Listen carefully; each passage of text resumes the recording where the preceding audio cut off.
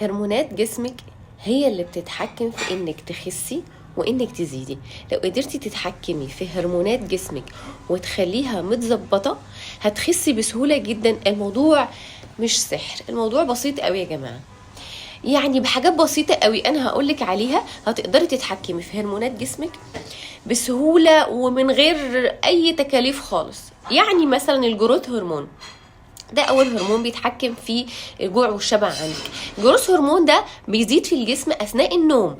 يعني انا لو نمت كويس من الساعة 10 بالليل لحد الساعة 5 او 6 الصبح لحد الفجر، اصحى اصلي الفجر، انا الجروث هرمون عندي هيزيد، هيبقى مظبوط، جسمي هيبقى مظبوط، هخس.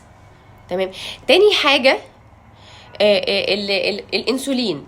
انا لما بظبط الانسولين في معدلاته الطبيعيه في الجسم ما يزيدش عن المعدل الطبيعي، عن طريق ان انا اعمل ايه؟ ما اديلوش سكر. يعني ما اديلوش كنافه وقطايف وبسبوسه وكيكه وحاجات نون هيلثي فود جدا هتعلي معايا الانسولين جدا، هتقلل الحرق. طب ما انا اظبط اكلي، اظبط الانسولين، هخس. بس اكل الخضار والبروتين والدهون الصحيه بتاعتي والكارب المحسوب بتاعي.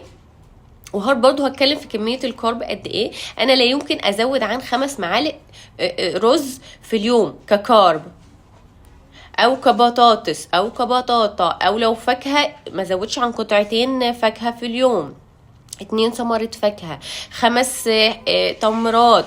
يعني انا مش عايزة يكون في اسراف في الاكل. انا مش عايزة احدد لك اصل 5 جرام اصل 100 جرام اصل صدر الفرخة 110 جرام لا، كلي ربع الفرخة، كلي الورك، كلي الصدر، اقسميه نصين، النص